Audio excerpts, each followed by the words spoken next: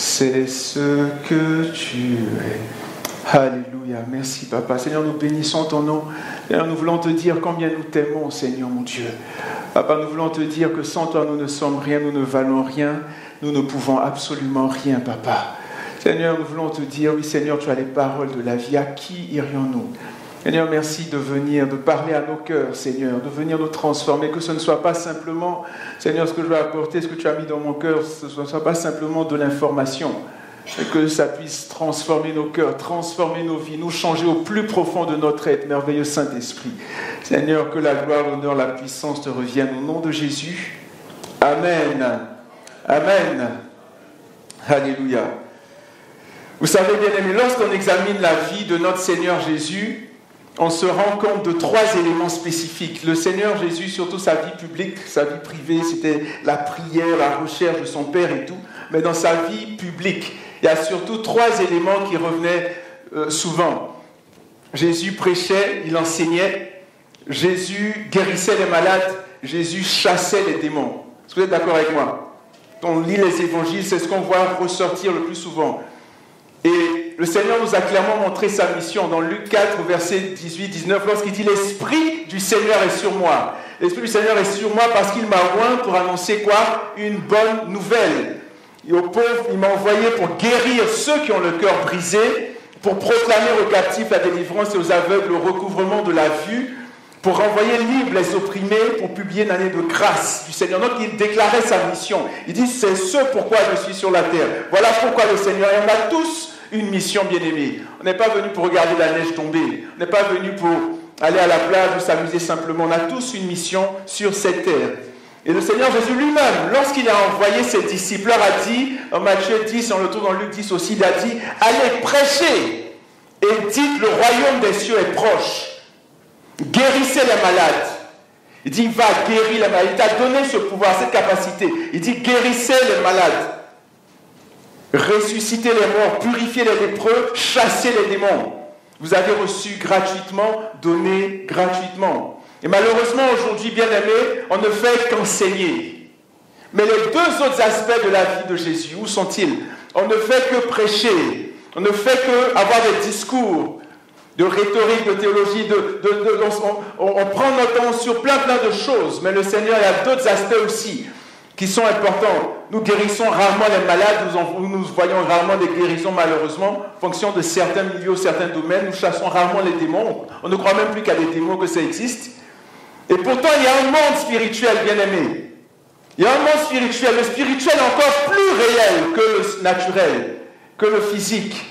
Il y a toute une dimension, il y a toute une réalité spirituelle que nous négligeons totalement. Et dès que nous recevons, bien-aimés, le Seigneur Jésus-Christ dans nos vies, nous déclarons la guerre à Satan. Il y a tout un combat spirituel qui se met en place jusqu'à la fin de notre vie sur cette terre des hommes.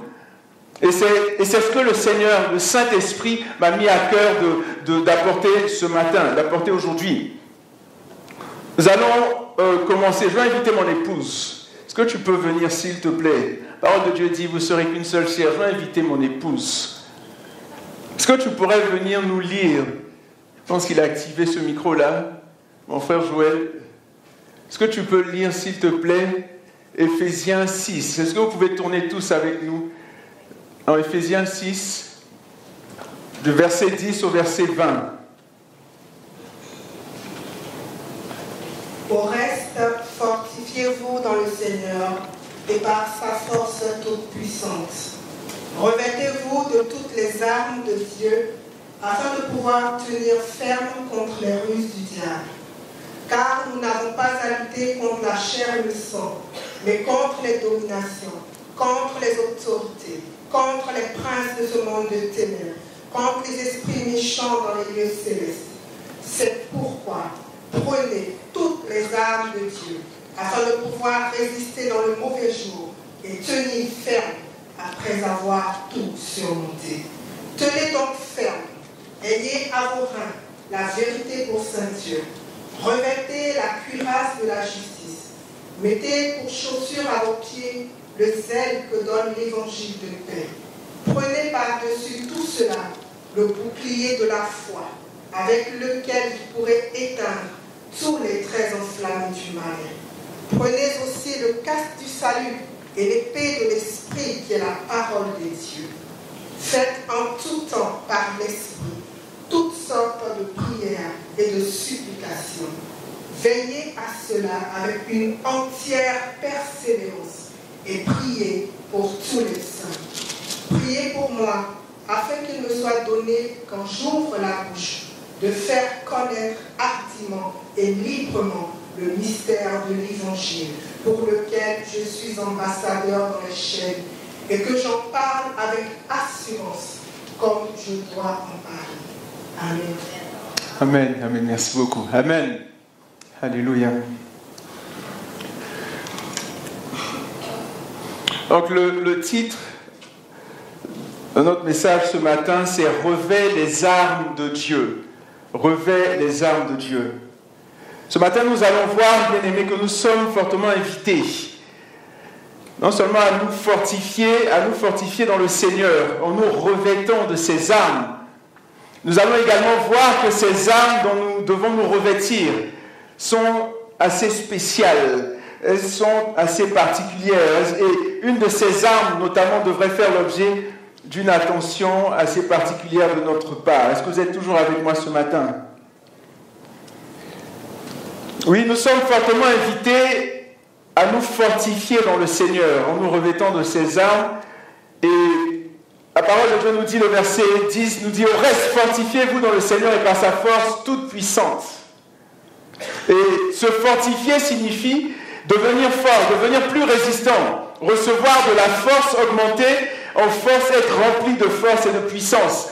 Et pour mieux comprendre, bien aimé, ce passage, il y a une autre version qui dit « Devenez des chrétiens forts, non par vous-même, mais en puisant votre force, vos forces, dans les ressources infinies de la puissance du Seigneur. » Donc, bien aimé, on ne se fortifie pas par nos propres sources ou en consultant des spécialistes ou peu importe, mais en puisant dans le Seigneur, en recherchant le Seigneur.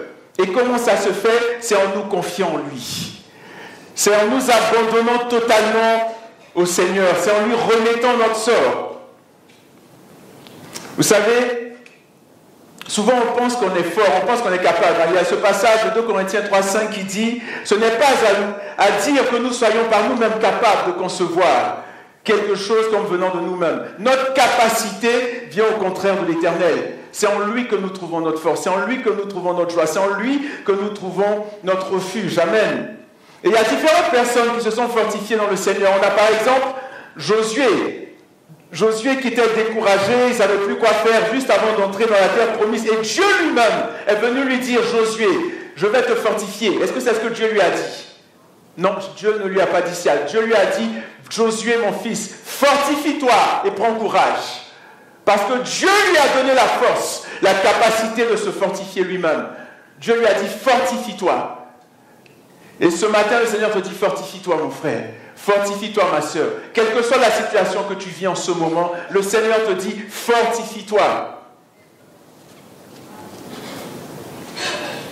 On a David dans 1 Samuel 30, dans l'épisode de Tislac, où David était parti et il y a les Amalécites qui sont venus pour enlever les femmes, les enfants de David, qui ont enlevé les épouses de tous les soldats de David et tout ça. Et quand ils sont revenus, ils étaient dans une grande tristesse, une grande désolation.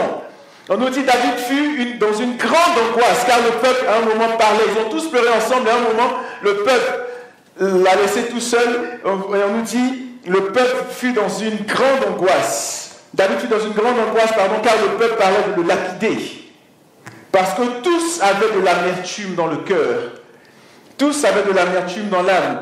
Chacun à cause de ses fils et de ses filles. Mais ce qui est intéressant, mais David reprit courage en s'appuyant sur l'Éternel son Dieu. Alléluia, Samuel 36, 30 verset 6, David reprit courage, il se fortifia. Comment? En s'appuyant sur l'Éternel son Dieu. Vous savez, il y a différentes situations, bien aimées, dans lesquelles nous pouvons nous fortifier. Mon frère a fait allusion à la prière, au jeûne et tout. On peut avoir des difficultés dans la prière, dans le jeûne, dans la méditation de la parole de Dieu. Il faut persévérer. Il Donc demandez au Saint-Esprit, le merveilleux Saint-Esprit qu'on néglige tellement souvent. Demandez au merveilleux Saint-Esprit de nous aider, de venir et de nous permettre vraiment de prendre le temps d'avoir des victoires dans ces domaines spirituels. Et on peut aussi passer à l'action, décider de nous lever plus tôt le matin pour prendre du temps avec le Seigneur. Essayez de jeûner une journée par-ci, par-là, commencer tranquillement. On peut peut-être, d'un point de vue physique ou naturel, rechercher un emploi, rechercher un enfant, rechercher une guérison. C'est aussi de se confier en l'Éternel, de s'attendre à Dieu. Alléluia. Certainement, vous avez des actions concrètes aussi. Je cherche un emploi, je ne vais pas rester là à dire « Seigneur, donne-moi un emploi, donne-moi un emploi, donne-moi un emploi. » Je veux aussi envoyer mes CV. Je veux aussi, et puis m'attendre au Seigneur. Amen. Verset 11 nous dit « Revêtez-vous de toutes les armes de Dieu afin de pouvoir tenir ferme contre les ruses du diable. Car nous n'avons pas à lutter contre la chair et le sang, mais contre les dominations, les autorités, les princes de ce monde, les esprits méchants dans les lieux célestes. Car nous n'avons pas à lutter contre quoi? Contre la chair et le sang, mais contre les dominations, contre les autorités, contre les princes de ce monde, contre les esprits méchants dans les lieux célestes. » Et bien aimés, nous allons voir pourquoi revêtir les armes de Dieu. Tout d'abord, vous savez certainement, mais ça signifie quoi revêtir? Ça signifie mettre, enfiler, porter un vêtement. Et nous allons voir 4 raisons spécifiques ce matin pour lesquelles nous devons revêtir les armes de Dieu. Et j'insisterai particulièrement sur une.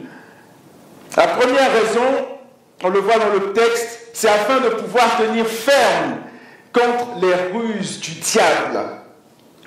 Tenir ferme signifie faire qu'une personne ou une chose garde sa place. Je tiens ferme. Quelqu'un me pousse, mais je suis là, je garde ma place. J'ai des acquis, mais je tiens ferme pour les conserver. J'ai un couple, je tiens ferme. J'ai un travail, peu importe les choses que Dieu m'a données, je tiens ferme. Et le mot ruse est très intéressant. Dans l'original, il signifie astuce, tromperie, supercherie, intrigue. Donc, il nous dit de tenir ferme contre les ruses, contre les astuces, contre les tromperies, les séductions du diable. Et pourquoi est-ce que nous devons tenir ferme contre les ruses du diable? C'est pour préserver notre intimité, bien-aimés. Préserver notre intimité avec le Saint-Esprit. Pour veiller sur nos âmes, car nos âmes ont du prix aux yeux de Dieu. Elles lui sont chères. Bien-aimés, vous vous rendez compte, le Seigneur a laissé 99 pour aller chercher qu'une seule. Les âmes sont précieuses aux yeux de Dieu. Les âmes sont précieuses. Et comme je l'ai dit tout à l'heure, c'est pour ne pas nous faire voler nos acquis. La deuxième raison pour laquelle nous devons tenir ferme, nous devons revêtir les armes, c'est afin de tenir ferme après avoir tout surmonté. Surmonter quoi? Surmonter les épreuves, surmonter les difficultés, surmonter les vicissitudes de la vie. Dans ce verset 13, il y a l'idée de conserver nos acquis. Il dit, il y a une autre version qui dit, ayez donc les armes de Dieu de façon à résister dans les jours difficiles et à défendre votre terrain par tous les moyens. Défendre votre terrain. Tu as déjà obtenu quelque chose, tiens ferme, fais tout pour le défendre. Une autre raison pour laquelle nous devons nous revêtir, c'est afin de pouvoir résister dans le mauvais jour. Le mauvais jour, c'est quoi? Le mauvais jour signifie la persécution en général et aussi la tribulation de la fin des temps. Il y a Timothée qui pouvait dire à l'apôtre Paul, il dit, tu dois le savoir, et il nous a parlé à nous tous aussi, nous devons le savoir. Il dit, tu dois le savoir, dans les derniers jours, il y aura des moments difficiles. Les gens seront égoïstes, amis de l'argent, ils se vanteront, ils seront orgueilleux, ils insulteront Dieu, ils désobéiront à leurs parents. Ils ne seront plus capables de dire merci. Ils ne respecteront plus les choses de Dieu. C'est un peu ce qu'on vit actuellement, n'est-ce pas? Ils seront durs, sans pitié. Ils diront du mal des autres. Ils mèneront une vie de désordre. Ils seront cruels, ennemis du bien. Ils trahiront les autres. Ils seront violents. L'orgueil les rendra aveugles. Ils aimeront le plaisir au lieu d'aimer Dieu. Ils feront semblant d'être fidèles à Dieu, mais en réalité, ils rejetteront la puissance de la foi. Tourne le dos à ces gens-là. Et Dieu te dit, tourne le dos à ces gens-là. Vous savez, il y a des tares dans notre société, des tares dans la société en général. La société en général est en décadence partout dans le monde. Et voici des preuves, bien aimés, que nous sommes dans la fin des temps. La légalisation de la drogue, du pot, je pense l'an dernier. La légalisation du mariage homosexuel. Tout ça, ce sont des tares, des abominations aux yeux de l'Éternel. Les intentions pour la légalisation de la pédophilie dans certains pays. L'enseignement de la sexualité à l'école, surtout au primaire. Des séances de cross-dressing. Et ça se passe, je pense, plus dans les provinces anglaises actuellement au Canada. À l'école, en fait, du cross-dressing. Ça veut dire que, oui, il y a le professeur qui dit aujourd'hui, on va faire une séance, les garçons s'habillent en filles, les filles s'habillent en garçons. On fait des changements pour mélanger l'esprit de nos enfants. Amener la confusion. Là, on a l'invitation de drag queens, des personnes qui viennent dans les bibliothèques pour lire des histoires à nos enfants. La promotion de l'avortement. La promotion de l'aide médicale à mourir plutôt que de l'aide médicale à vivre. La promotion des transgenres au point où les gens ne savent plus s'ils sont des hommes ou des femmes, l'avancée de la puce électronique dans le corps humain, la réalisation des prophéties de l'apôtre Jean, l'Apocalypse en a parlé, la hausse du taux de suicide, le fait d'ordonner dans l'Église des serviteurs de Dieu homosexuels ou d'y célébrer de tels mariages, le fait d'encourager l'adultère, la fornication, l'impudicité, la masturbation, la nudité des hommes ou des femmes dans la société, avec les vêtements serrés qui définissent tous les corps, toutes les formes. Toutes ces choses sont des tares dans notre société, bien aimés, dans notre société et dans le monde entier. Donc on a besoin de tenir ferme, afin de résister dans le mauvais jour. Une quatrième et dernière raison pour laquelle nous devons revêtir les armes de Dieu, sur laquelle je veux insister un peu plus, c'est car nous n'avons pas à lutter contre la chair et le sang, mais contre les dominations, contre les autorités, contre les princes de ce monde, contre les esprits méchants dans les lieux célestes.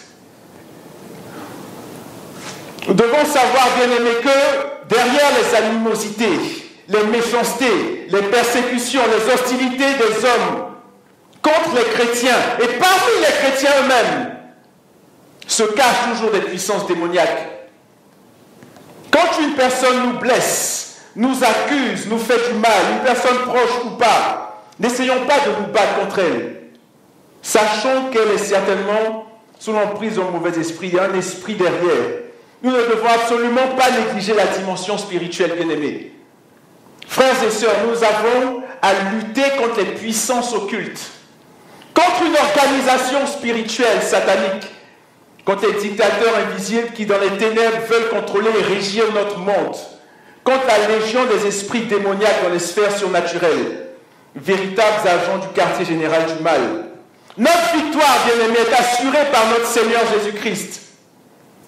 En effet, par sa mort sur la croix et sa résurrection, il a dépouillé les dominations et les autorités et les a livrées publiquement en spectacle, comme le dit Colossiens 2,15. Entre-temps, bien-aimés, entre-temps, nous sommes engagés dans un véritable combat spirituel. Si tu ne savais pas que tu étais en guerre, sache-le ce matin. L'ennemi ne se gêne pas pour briser les mariages, les familles, voler nos enfants, détruire nos sociétés, amener la division dans nos églises, etc., etc. Nous sommes donc condamnés à livrer bataille à Satan et à ses démons en utilisant les armes spirituelles de Dieu, ces armes que Dieu met à notre disposition. Et nous allons les voir en détail dans les prochaines minutes. Avez-vous vu le film War Room? On voit des choses, mais on ne les met pas en pratique. On entend des choses, mais on ne les met pas en pratique. Dans ce film, est-ce que vous avez vu ces femmes, comment elles s'adressaient à l'ennemi? C'est ainsi qu'il faut le faire. Il faut prendre autorité, lui ordonner de dégager. Il faut le chasser, lui ordonner de lâcher prise, briser son emprise dans la vie de nos enfants, anéantir ses œuvres comme Jésus et les disciples ont fait. On a vu comment Jésus a pris autorité quand il y avait des démons de Gadara ou dans différentes situations dans la parole de Dieu. Il ne s'agit pas, bien aimé, d'entrer dans des débats théologiques à savoir si un chrétien peut être possédé ou pas, oppressé ou pas. C'est une question de vie ou de mort, ce dont on parle. Avoir ce débat est inutile, à mon sens, et je pèse mes mots. C'est comme si on voit tous les ravages qui sont faits, et au lieu de nous lever pour nous battre, nous voulons plutôt mettre en exergue tout de l'avant notre grande érudition, notre grande connaissance théologique.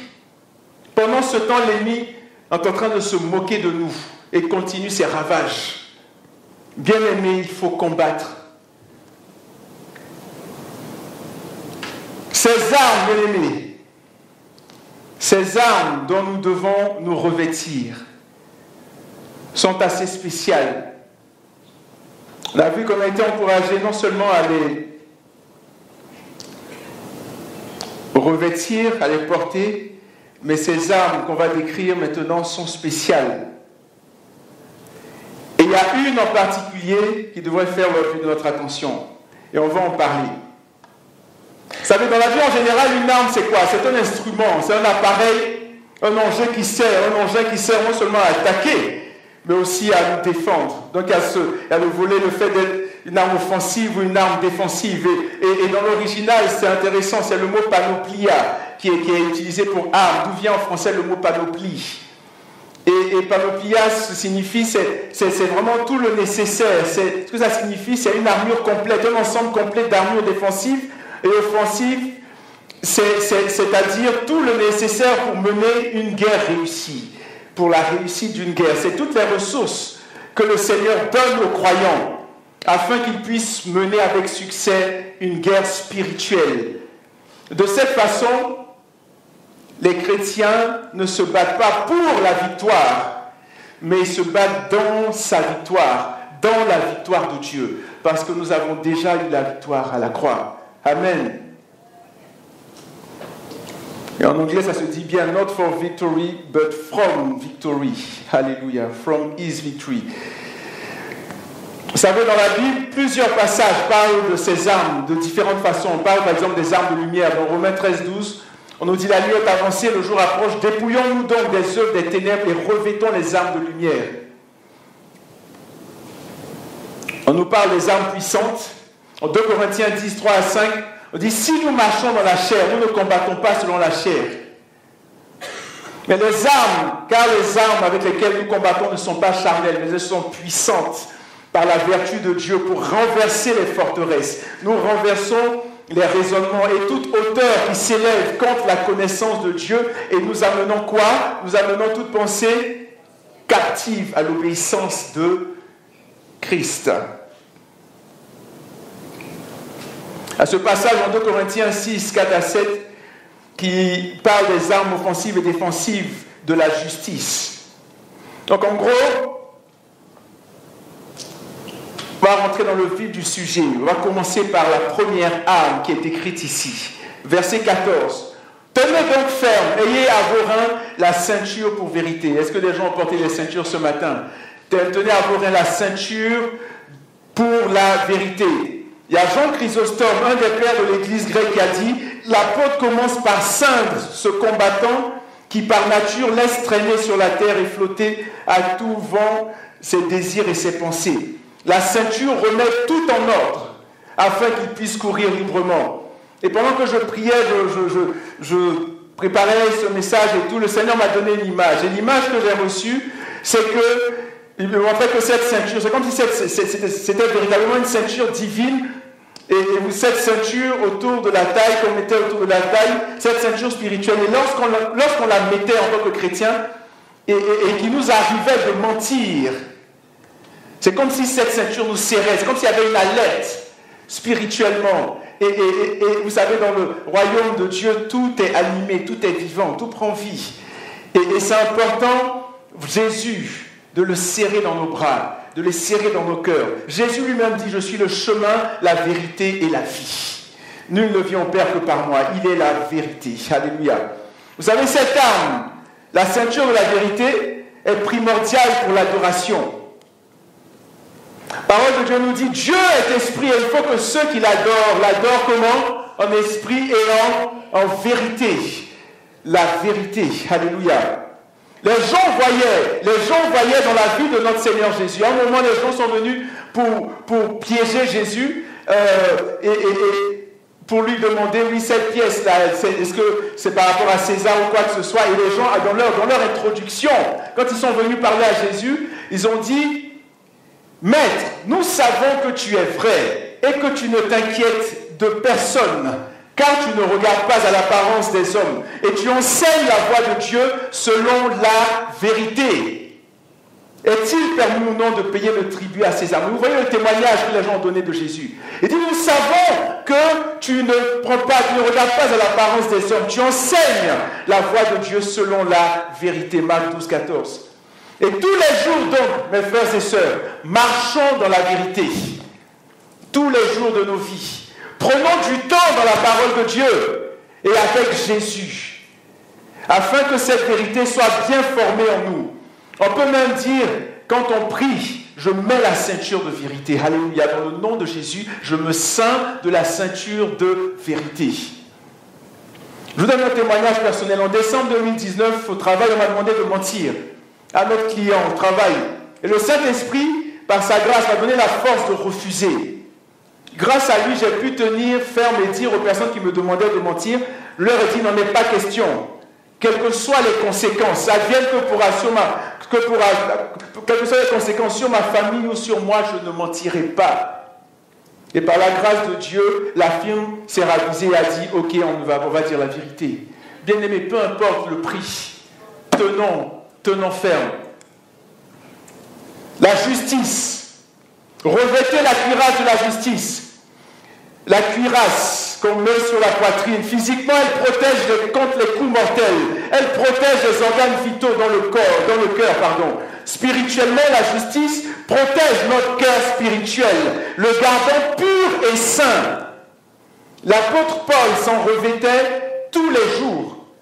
C'est pour cela qu'il a pu dire devant des accusateurs et devant le gouverneur Félix. L'apôtre Paul a dit en Actes 24, 16, il dit, c'est pourquoi je m'efforce continuellement de garder une conscience pure et sans reproche devant Dieu et devant les hommes. Mais la droiture et la sainteté sont synonymes de la justice. La Bible du semeur dit, tenez donc ferme, ayez autour de la taille, oui, la vérité pour ceinture, et revêtez-vous de la droiture en guise de cuirasse. De la justice, de la droiture. Une autre version dit, revêtez la sainteté comme une armure protectrice qui couvrira vos cœurs. Et vous savez ce qui est intéressant, c'est que Dieu ne fait pas des choses, ne nous demande pas de faire des choses qui nous sont impossibles ou que lui-même n'a pas fait. Dieu lui-même, Ésaïe a eu une vision, il a entendu, prophétie du Seigneur et tout, le Seigneur lui a parlé, et voici ce qu'Ésaïe a dit. En Ésaïe 59, 17, Ésaïe, en parlant de Dieu, a dit, il se revêt de la justice comme d'une cuirasse. Il met sur sa tête le casque du salut, il prend la vengeance pour vêtement et il se couvre de la jalousie comme de manteau. On parle de Dieu, on parle de l'Éternel, la vision qu'Ésaïe a eue. Et Ésaïe, en parlant de notre Seigneur Jésus-Christ, a dit, la justice sera la ceinture de ses freins, la fidélité la ceinture de ses reins. Donc Jésus lui-même, bien-aimé, est le soleil de justice. Et il nous encourage à rechercher la justice. Dans Matthieu 6, 33, il est dit, cherchez premièrement le royaume et la justice de Dieu, et toutes ces choses vous seront données par-dessus tout. Des siècles avant, bien-aimés, des hommes se sont revêtus de ces armes. Il y a Job qui pouvait dire, en Job 29, 14, je me revêtais de la justice, et je lui servais de vêtements. J'avais ma droiture pour manteau et pour turban. Donc, frères et sœurs, marchons tous les jours de nos vies dans la justice, la droiture, la sainteté, comme Joseph, qui a fui la femme de Potiphar, ou comme les amis de Daniel qui ont refusé de se prosterner. Ainsi, l'ennemi n'aura aucune âme, aucune autorité, aucun pouvoir sur nous. Amen. L'évangile de paix, troisième arme. Mettez pour chaussure à vos pieds, au verset 15, le zèle que donne l'évangile de paix. Une autre version dit, chaussez-vous du zèle courageux que donne l'évangile pour annoncer la bonne nouvelle du salut et de la paix avec Dieu. Soyez toujours prêts à transmettre cette bonne nouvelle. Il s'agit ici d'annoncer la bonne nouvelle. Il s'agit ici de témoigner, d'évangéliser. Ésaïe a pu dire, Ésaïe 52, 7, et puis l'apôtre Paul a repris aussi, qu'ils sont beaux les pieds de celui qui apporte de bonnes nouvelles, qui publie la paix, de celui qui apporte de bonnes nouvelles, qui publie le salut, de celui qui dit à Sion, ton Dieu règne. Donc le Seigneur Jésus, en tant que prince de paix, incarne la paix et la donne aux hommes. Éphésiens 2, 17, l'apôtre nous dit, il est venu annoncer la paix à vous qui étiez loin et la paix à ceux qui étaient près. Et le Seigneur Jésus même a dit, je vous laisse la paix, je vous donne ma paix. Je ne vous donne pas comme le monde donne, que votre cœur ne se trouve point, ne s'alarme point. Frères et sœurs, profitons de toutes les occasions que nous avons, que ce soit au travail, dans les centres d'achat, dans les rues, pour évangéliser, pour prier pour les malades, pour chasser les démons, pour annoncer que le royaume des cieux est proche, que Jésus revient bientôt et qu'il faut qu'on lui soumette nos vies. Des collègues, par exemple, peuvent nous dire qu'ils sont malades, ils ont une telle douleur. Proposons-leur de prier immédiatement pour eux. Pas une prière kilométrique, mais la prière de la foi. Dans le nom de Jésus, je commande à la douleur de quitter. Alléluia. La foi, le bouclier de la foi. Prenez par-dessus tout le bouclier de la foi avec lequel vous pourrez éteindre tous les traits enflammés du malin. Dans les guerres antiques, on se servait de flèches enflammées pour incendier les villes. Quand on mettait le feu, on enflammait les flèches pour incendier les villes, assiéger les villes qu'on bloquait. Et les légionnaires romains, eux, ils prenaient leur bouclier. Quand ils recevaient ces flèches de l'ennemi, ils les recevaient sur leur bouclier qu'ils levaient. Oui, parce qu'auparavant, ils avaient trempé ces boucliers-là dans l'eau. Donc quand les flèches venaient et puis tombaient sur les boucliers, ces flèches s'éteignaient. Et Jésus lui-même a utilisé le bouclier de la foi. Quand Pierre, inspiré par Satan, est venu lui dire « Non, ce que tu dis, c'est trop fort, non, ça ne t'arrivera pas, etc. » Et quand Jésus leur a ouvert son cœur et leur a dit ce qui allait se passer, tout de suite, Jésus a levé le bouclier de la foi. Il a dit « Arrière de moi, Satan, tu mets en scandale, car tes pensées ne sont pas les pensées de Dieu, mais celles des hommes. » Notre foi, bien-aimés, nous accorde la victoire. 1 Jean 5,4 nous dit, parce que tout ce qui est né de Dieu remporte la victoire sur le monde, et la victoire qui a vaincu le monde, c'est notre foi. Et vous connaissez ce passage dans Hébreux 11,6 qui dit « Or, sans la foi, il est impossible de lui être agréable, etc. etc. » Et ce passage de Romains, l'apôtre Paul, lorsqu'il parlait d'Abraham, qui disait « Espérant contre toute espérance, il crut, en sorte qu'il devint père d'un grand nombre. » Au verset 19, il dit « Et sans faiblir dans la foi, il ne considéra point que son corps était déjà usé, puisqu'il avait près de 100 ans et que Sarah n'était plus en état d'avoir des enfants. Il ne douta point par incrédulité au sujet de la promesse de Dieu, mais il fut fortifié par la foi, donnant gloire à Dieu, et ayant la pleine conviction que ce qu'il promet, il peut aussi l'accomplir. » Amen. Frères et sœurs, la foi vient d'où? Merci ma sœur. La foi vient de ce qu'on entend, et ce qu'on entend vient de la parole de Dieu. Encore une fois, bien-aimés, prenons beaucoup de temps avec Jésus. Et prenons du temps aussi pour lire, étudier, méditer, mémoriser la parole de Dieu. Nous allons commencer à vivre la parole de Dieu. Nos yeux spirituels vont s'ouvrir. Nous allons comprendre des choses et vivre de plus en plus dans le surnaturel, ce à quoi nous sommes appelés. Amen. 5e arme, le casque du salut. Prenez aussi le casque du salut. À l'époque, aucun soldat ne pouvait partir en guerre sans son casque. Le parallèle aujourd'hui, c'est par exemple quelqu'un qui fait de la moto, il ne peut pas aller faire de la moto sans son casque. Le casque protège notre tête, notre cerveau. Et vous savez, nos pensées sont un champ de bataille, bien-aimés. Spirituellement, le casque nous sert à protéger nos pensées de tous les assauts de l'ennemi. Proverbe 4, 23 dit « Garde ton cœur plus que toute autre chose, car de lui viennent les sources de la vie. » La Bible en français courant dit « Prends garde à ce que tu penses au fond de toi-même, car ta vie en dépend. » Frères et sœurs, faisons attention à nos pensées. Quand on a de mauvaises pensées, renonçons-y et rejetons-les immédiatement. Déclarons le contraire. 1 Corinthiens 2,16 nous dit que nous avons les pensées de Christ. Alors déclarons-le. Nous avons la pensée de Christ. Et pour que cela se manifeste, encore une fois, prenons de plus en plus de temps avec Jésus. Aimons-le, adorons-le. Disons, je t'aime, tu le sais, je te porte dans mon cœur, et mon cœur bouillonne d'amour pour toi.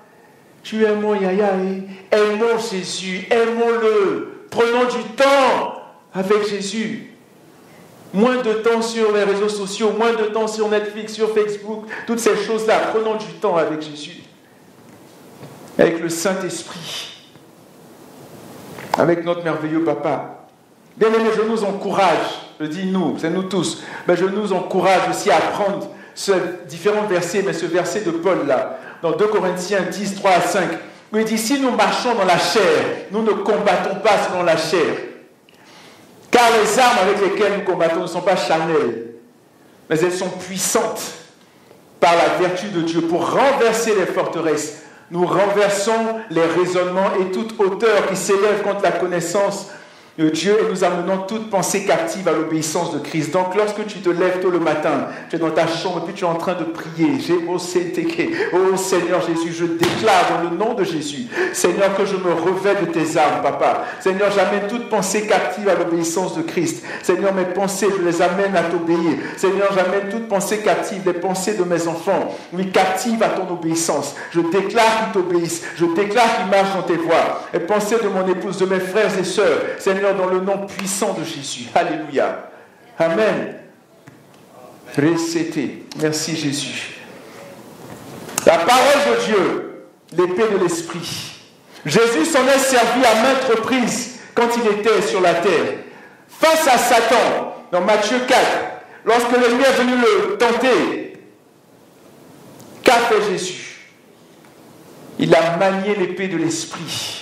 À chacune des tentations du diable, Jésus répondait, il est écrit. Il avait la parole en lui, il la connaissait, il l'avait mémorisée. Il est écrit ceci, l'homme ne vivra pas seulement de pain, mais de toute parole qui sort de la bouche de Dieu. Il a cité le psaume 91, celui qui demeure sous l'abri du Très-Haut repose dans le Tout-Puissant. Le disait l'Éternel, mon refuge, ma forteresse. L'ennemi est venu citer ce passage. Et Jésus a dit, oui, mais il est aussi écrit, tu ne tenteras pas l'Éternel ton Dieu. On a besoin, bien-aimé, de prendre du temps dans la parole, de la serrer, de la mémoriser, de la comprendre, de la vivre. La parole de Dieu, face aux scribes et aux pharisiens, Jésus la maniait avec brio. Face aux foules, il leur ouvrait les yeux en les enseignant, il ouvrait leur esprit. Vous savez, la parole de Dieu, vous connaissez dans Hébreux 4, 12, dit, la parole de Dieu est vivante et efficace. Elle est plus tranchante que toute épée à double tranchant et pénétrant jusqu'à la division de l'âme, ainsi que de l'esprit, et des jointures, ainsi que de la moelle. Elle juge les dispositions et les pensées du cœur. Qu'est-ce que tu penses en ce moment? Qu'est-ce que tu penses de moi? Qu'est-ce que tu penses de ton frère, de ta sœur? Qu'est-ce qui est dans ton cœur en ce moment? Qu'est-ce qui est dans mon cœur en ce moment? Bien-aimés, faisons attention à nos pensées. Faisons attention. Serrons la parole de Dieu. Disons, Seigneur, regarde ce que j'ai pensé de tel frère, de telle sœur. Seigneur, regarde ceci, regarde cela. Seigneur, pardon, je m'humilie. Seigneur, je te demande pardon. Bien-aimé, la parole de Dieu transforme. Elle est claire. Ta parole est une lampe à mes pieds, une lumière sur mon sentier. Elle rend intelligent. David pouvait dire, j'ai plus d'intelligence que les vieillards, car j'observe tes ordonnances. Elle permet d'éviter les péchés. À ce passage, dans le psaume 119, 9 et 11, qui dit « Comment le jeune homme rendra-t-il pur son sentier en se dirigeant d'après ta parole? Je serre ta parole dans mon cœur afin de ne pas pécher contre toi. » Et vous savez ce qui est merveilleux dans Apocalypse? Apocalypse 1, verset 16, il nous est dit « Lorsque Jean a vu Jésus, il a eu la révélation, il a vu, ce n'était pas le même Jésus qu'il avait vu, il a vu le Jésus glorifié. Alléluia. Il a vu Jésus. Et il nous décrit Jésus. Et on nous dit, il avait dans sa main droite 7 étoiles. De sa bouche sortait une épée aiguë à 2 tranchants. Et son visage était comme le soleil lorsqu'il brille dans sa force. De sa bouche sortait quoi? Une épée à 2 tranchants de sa bouche. Et bien aimé, comme cette épée sort de la bouche de Jésus, la parole de Dieu doit également sortir de nos bouches. Cette parole pour apporter la paix, pour apporter la guérison, pour apporter la joie, pour apporter la délivrance, pour apporter la réconciliation, pour apporter le chaos dans le camp ennemi. Et la 7e et dernière arme, la prière. Faites en tout temps par l'Esprit toutes sortes de prières et de supplications. Veillez à cela avec une entière persévérance. Et le Seigneur me donnait cette image-là, que parfois, lorsqu'on veut se fortifier ou on est en groupe, ou bien on veut attaquer, à l'attaque, on se lève, on crie, on utilise notre bouche, on se fortifie, on y va, on y va, on y va. La prière, la prière, la prière, la prière, la prière, dis la prière, la prière, la prière, alléluia. Amen. La prière, bien aimé, la 7e et dernière arme, la prière. Cette arme est spéciale, parce que c'est elle qui nous permet de polir, de bien manier toutes les armes qu'on a vues. C'est cette 7e arme. Sans elle, sans cette 7e arme, nous n'aurons pas la force de frappe, la précision que nous devrions avoir. Il s'agit de notre relation, de notre intimité avec Jésus. En Jean 15,7, Jésus a dit, sans moi, vous ne pouvez rien faire. Sans la prière, sans Jésus. C'est cette 7e arme, bien-aimée, qui nous permet de recevoir les stratégies nécessaires pour saisir la victoire que Jésus nous a acquise à la croix. Josué et les murs de Jéricho, Dieu lui a donné la stratégie. Faites 7 fois le tour, 6 fois en silence, le 7e jour. Vous allez faire le tour, et le 7 tours, et le dernier tour, vous allez crier, vous allez vous servir de vos bouches. Alléluia. Et les murs sont tombés. On voit David face à ses adversaires, quand il priait, Seigneur, est-ce que je dois les attaquer? Qu'est-ce que je dois faire? Est-ce que je vais à droite? Est-ce que je vais à gauche? Est-ce que je vais les avoir? Etc. etc. Daniel, face aux menaces de Nebuchadnezzar, ils se sont mis en prière. Seigneur, révèle-nous son songe, révèle-nous, révèle-nous, révèle-nous. Et Dieu qui leur a parlé. Bien-aimés, c'est dans la prière que nous sont dévoilés les plans de l'ennemi, afin de les tailler en pièces, de les anéantir.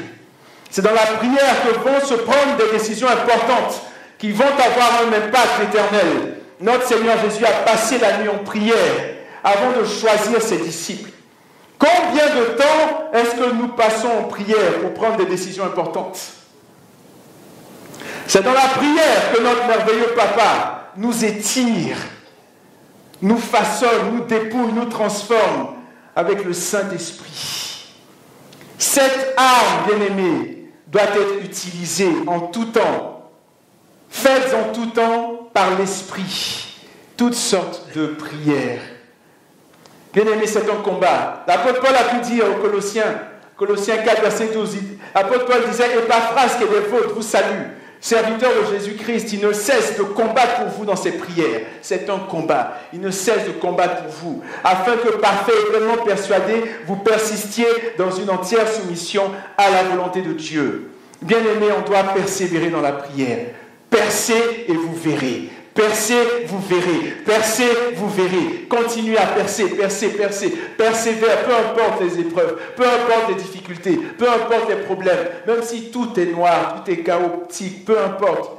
Persévère, persévère, persévère. Tu verras. Alléluia. Vous avez l'exemple de l'apôtre Paul, termine très bientôt, qui était conscient de l'importance de la prière et qui a demandé le soutien de ses frères. N'hésitons pas à faire de même.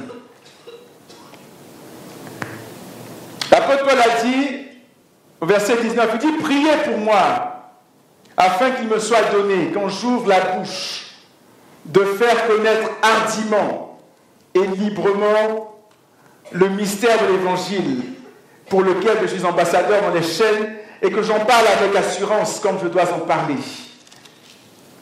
Il dit, priez pour moi. Il s'adressait à ses frères et sœurs.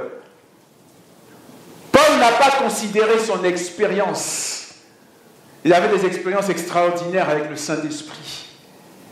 Non, en toute humilité, il a demandé à ses frères et sœurs de le porter au trône de la grâce de Dieu. Paul n'a pas considéré son état. Il était en prison, bien-aimé. Il était prisonnier à ce moment-là. Il dit lui-même qu'il était dans les chaînes. Mais il ne se considérait pas comme prisonnier de César, mais il se voyait plutôt comme l'ambassadeur de Christ. Comment est-ce que tu te vois en ce moment? Paul n'a pas demandé la prière pour être libéré. Il pouvait dire, s'il vous plaît, priez, jeûnez pour que je sois libéré. C'est trop compliqué ici. Les prisons de l'époque, ce n'est pas comme les prisons aujourd'hui où on a Internet, où on a des fauteuils et tout ça. Non, c'était compliqué. Il n'a pas demandé de prier pour sa libération. Il a dit, priez pour moi, afin que lorsque j'ouvre la bouche, je puisse annoncer hardiment et librement, avec hardiesse, avec courage, le mystère de l'Évangile. Qu'est-ce que tu demandes dans tes prières? Est-ce que tu demandes, tu veux un beau costume, tu veux de belles chaussures, tu veux une grosse voiture, tu veux une grosse maison? Qu'est-ce que tu demandes dans tes prières?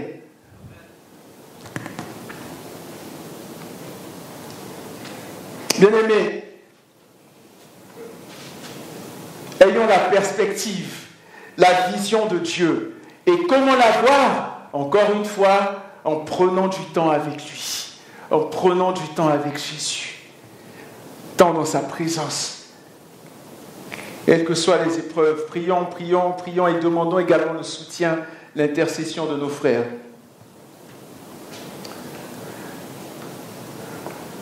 Frères et sœurs, nous avons vu ensemble que nous étions fortement invités à nous fortifier dans le Seigneur en nous revêtant de ses armes.